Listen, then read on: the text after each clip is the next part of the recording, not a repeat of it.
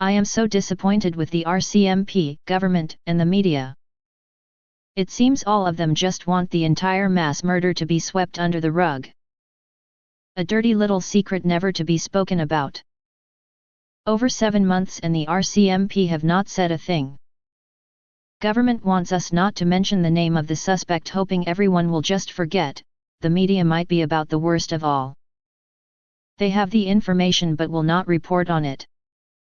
They would rather give fluff stories that cover nothing. Let's just focus for now on the media. Questions from the media. The day after the Nova Scotia mass shooting were mostly on gun control and COVID meetings? Prochaine question.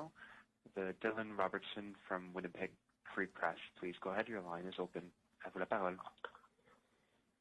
I want to express my condolences, and I don't mean to distract from this tragedy, but I want to ask Minister Blair about the situation in our federal institutions with COVID. As far as I can tell, you haven't done any interviews since the pandemic hit the jails. We've seen ministers with less important portfolios show up at press conferences. We have a hashtag going around, "Where is Blair?" And I'm just wondering what you've been doing to keep abreast of the situation with COVID and prisoners. Thank you, merci. The next question, la prochaine question. Daniel Leblanc from Globe and Mail. Please go ahead. Your line is open. À vous la parole. Hello, it's a question for Mr. Blair. The Prime Minister has talked about legislation on gun control. There's also been raised the possibility of going through the legislative process. Can you give us a sense of whether you're still looking at a possible order in council to enact the promised ban on assault weapons?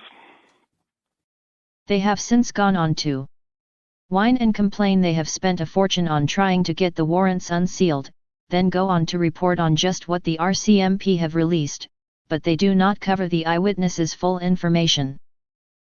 Cut information out and tell things in their own words, not the witnesses. And what condition was she in when she came to your residence? Well, she was worked up, like hysterical a bit, panicking, but she, I can picture her as I'm talking to you right clear in my head. She had black spandex clothing on and no shoes, but, I hear so many stories about in the woods, and she didn't look like she's in the woods to me all night. She looked pretty clean to me, so I don't know where she was, but from what I seen, she didn't spend all night in the woods, and she looked okay. She looked like, I only met her twice in my life, and she looked like she normally did. I didn't see anything visible to say she was assaulted. Not saying that she wasn't, but nothing crossed my mind. They do not report on evidence they have found and keep it hidden till they have no choice but to put it out. Information they are holding back and refuse to report on. These are just a few of the details the media will not report on even though they have the evidence. A moratorium on destruction of evidence, which the RCMP have confirmed this was sent to them. But not a word about it in the mainstream media.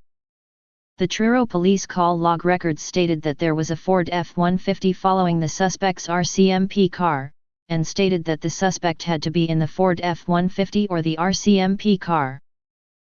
Major story about the RCMP shooting up a fire hall, very little coverage. Even when it was covered, the media put their own spin on the story, saying it was a RCMP cruiser and officers that did the shooting, even though witnesses told them the car was a grey Hyundai. And the men were dressed in black clothing. We were on the phone talking, and this gray four-door, I believe it was a Hyundai, pulled up. And you could probably see it in the picture where I showed you where the pole was across from the garbage bin in the ditch. Pulled up there. 2 officers got out. Was not a police car. And one ran to the ditch, one ran behind the garbage bin and opened fire. In Enfield, not one media has mentioned all the RCMP images with guns drawn and acting like they were pinning down the suspect when he was shot by one team. Reports of gunfire after all the RCMP had already been on the scene. They got the killer right here. They got him on lockdown. They're going for him right now. They got the killer right here. Oh, they got him, but they shot him. I heard the 4 shots. No, just fucking get out of here before we get shot. More shots. You can hear them. Yeah, I don't want to get shot. The media has used Broadcastify recordings in their broadcasts, but have never mentioned the RCMP that was shot in the foot, left a gun in the wood and left his doors unlocked. Okay, copy that. He's the member there. He's been shot in the foot. We were just about to transport the officer, but his vehicle is currently here unlocked, and he has left a gun in the woods. I'm curious if you can get a hold of anyone to come manage that. 122, standby, please. Any reporter would have been doing research would have found the tape on the Picto channel, since they were using Broadcastify as a resource from day one. So we have one of 3 options. Number 1, mainstream media does not do any research, or second, they just decided not to report on them. Or third option would be these recordings were not there at the time of doing the research. Others want to sensationalize or get their 15 minutes of fame. For just once, take a look at these family members that are suffering and do the right thing. Give them the truth they are seeking.